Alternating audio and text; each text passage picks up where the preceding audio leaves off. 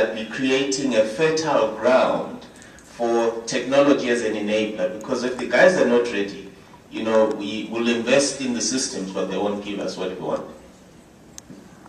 Thank you. I'll take the first word on that. Mobile is only one of the arsenal of techniques we're using in agriculture. Certainly we have to convince a farmer that it's worth taking the risk and that there will probably be a good or better outcome. And that we call that in development social marketing, which has been used very successfully in health to convince people to change their health practices.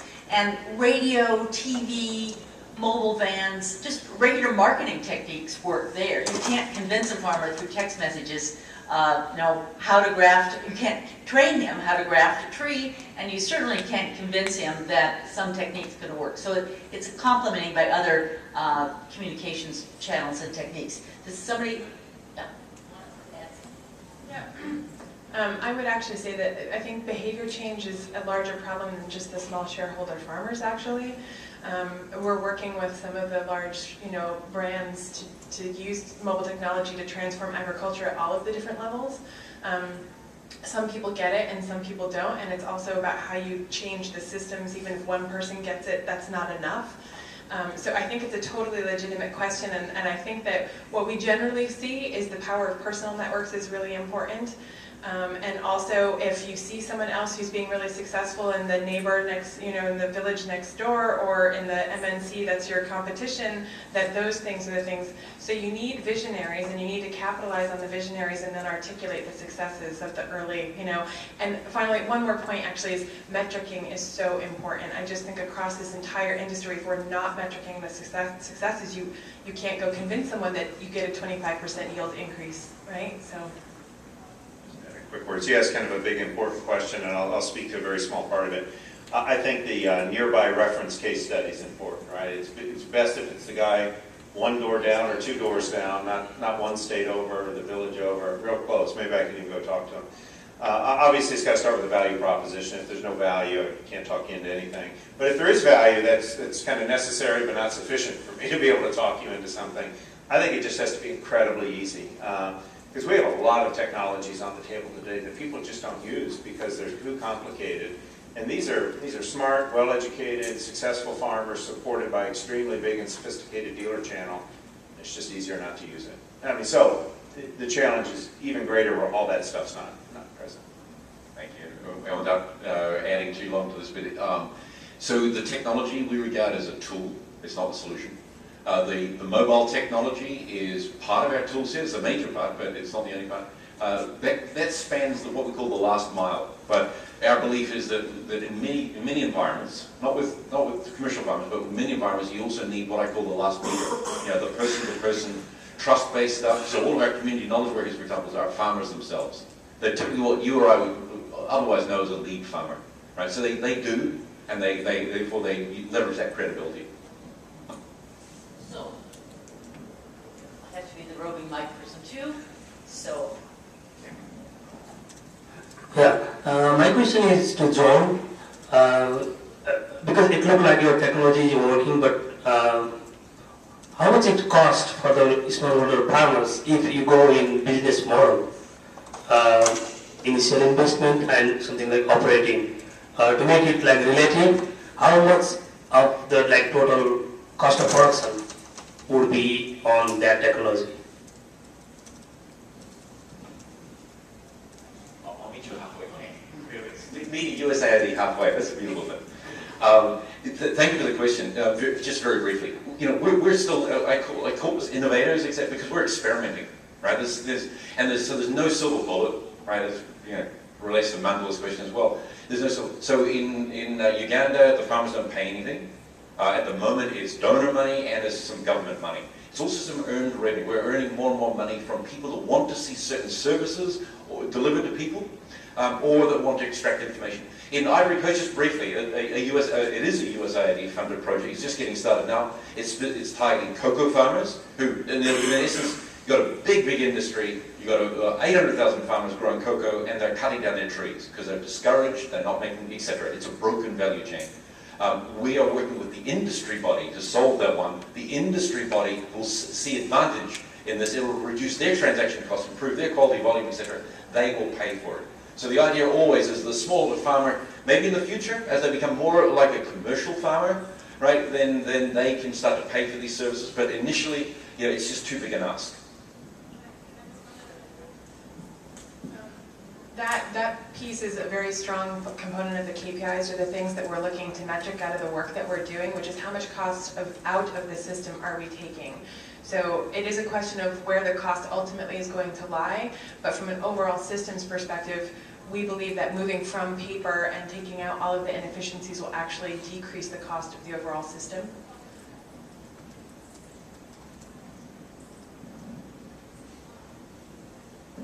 Thank you. This is Dr. Jabir Ali from Indian Institute of Management, Lucknow, India. We know that in India we have tried a lot ICT-based model, and even the corporate sector, ITC has done a lot in terms of e-Chowpal establishment. In some of the areas now, even the Chowpals are not working. The bigger issue that has been highlighted, like upscaling and sustainability in your presentation as well. What's new model you are going to have so that we can have upscaling of these kind of model, because most of the time it's pilot based, or maybe stakeholder, somebody is supporting this model and that's why it's working. So what's the new idea or strategy for you, before you, or through you, which is going to work in a sustainable way for a larger population or larger farming community? Thank you. E-Chowpal, if you don't know, it is a totally corporate sponsored by ITC approach to putting a VSAT, which is a small satellite dish, and a PC in a village, in a Chowpal, and providing some basic information to a farmer. Now, it was all funded by the private sector, and it did scale to thousands, but it is actually some pretty old and expensive technology. So, I think we're using cheaper stuff now, that's for sure. An obvious comment. It's easy if you're John Deere, you get the dealer to do it, right? So the dealer does everything. Just ask the dealers to do it. So we do sell and service customers through a dealer channel, and our dealer channel in India is less mature than our dealer channel in Iowa, but there are dealers in India, and we are selling what we call frugal solutions, which might still seem like big, expensive solutions to some people in this group, but they're for farmers that farm a few hectares in India, and frugal solutions, and we intend to ultimately put solutions out that are supported by the dealer channel. So that's an easy question, and the more interesting question is how do you build a good dealer channel? And the answer to that is talk to dealer development. So, but it's through our dealers where there's a real challenge to get the dealers where they need. Well, and there are agri-dealer channels in sub-Saharan Africa and other channels that could be tapped. Some more good questions? No more questions. Okay. My name is Lynn White, formerly of John Deere at one point, but also the fertilizer industry. This is more of a question or a comment to the group. Just generally, if any of you, particularly John or Shannon, are familiar with 1 Acre Fund or Kickstart, I think both of those are interesting models. It's obvious Kickstart is irrigation pumps and 1 Acre Fund is fertilizer. But interesting models of what seems to be a pretty scalable approach, and mostly because it produces profitability in terms of yield, or profitability at a higher level of production. 1 Acre Fund is one of the very few, actually, service innovations that is scaling well, still with private money. Maybe actually one of you could explain, do you understand, 1 Acre? Somewhat, but informative. Well, he could explain it. Any comments on 1 Acre here? It certainly is seen as a success, as well as... Indeed, 1 Acre Fund, if anybody's not aware, and I'll please correct me, but it's an integrated approach, right? So you have essentially the distribution of inputs, you have the financing of inputs, you have a nice collection routine for making sure the repayment happens, etc., so that you get a closed system working, right? And with lots of support to the farmers, so that they see the reward, because the farmer's got to see the incentive to keep on trying something and keep on developing.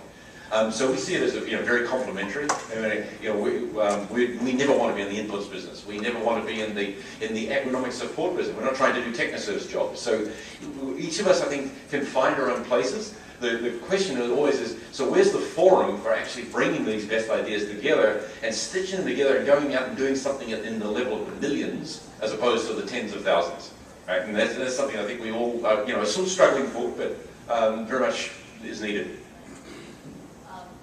GSMA, which is the Global Industry Association for Mobile Operators, does have something called IMAGRI Working Group and a team, and so that's somewhat of a forum, and actually USAID, along with some other donors and the Gates Foundation, is putting together an ICT Extension Challenge Fund, which will actually, its challenge is to integrate a lot of these approaches to scale some technologies, that is, new seed types, fertilizer applications that we know work, but that have never reached even close to scale.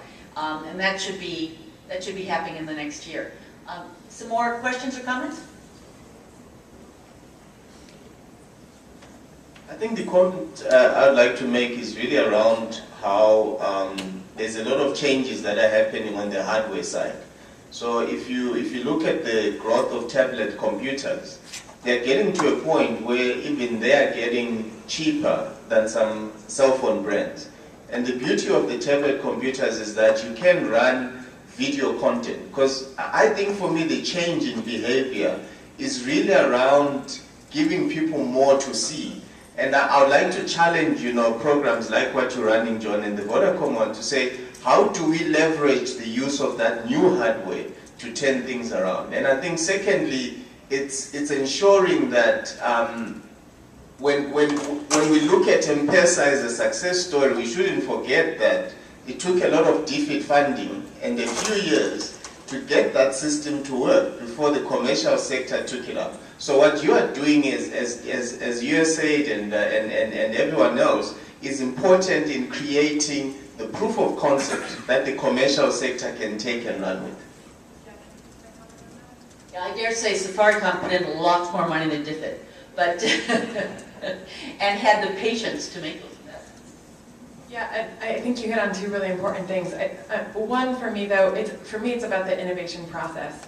And I think it's really important to have a nugget of an idea that you want to accomplish and be able to adapt. So actually M-Pesa wasn't originally intended for its ultimate purpose, but it understood and adapted with the ultimate rollout, right? Which is why it became so successful.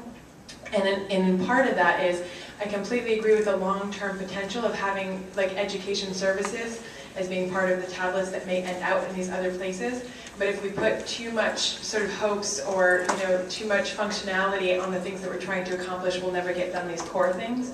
So I think we have to have a long-term vision about what is possible, but be really focused on creating these things that we can execute, metric, and then scale up. There also is a company called Digital Green, which is perfecting using very short videos made by farmers that have been trained to do it, demonstrating techniques to their neighbors. They're 5 to 8 minutes. They use YouTube as a way of distributing and reviewing them, but they use a $100 video camera to make those videos and a $100 projector for projecting them in groups and farms. And they're doing that in thousands of villages in India, and they're moving that technique onto sub-Saharan Africa. So frankly, I think those low-cost projectors are going to be out there in the field and last longer than the tablets. We do see some tablets, but still, tablets have very short battery life and are much more fragile than a sturdy little projector.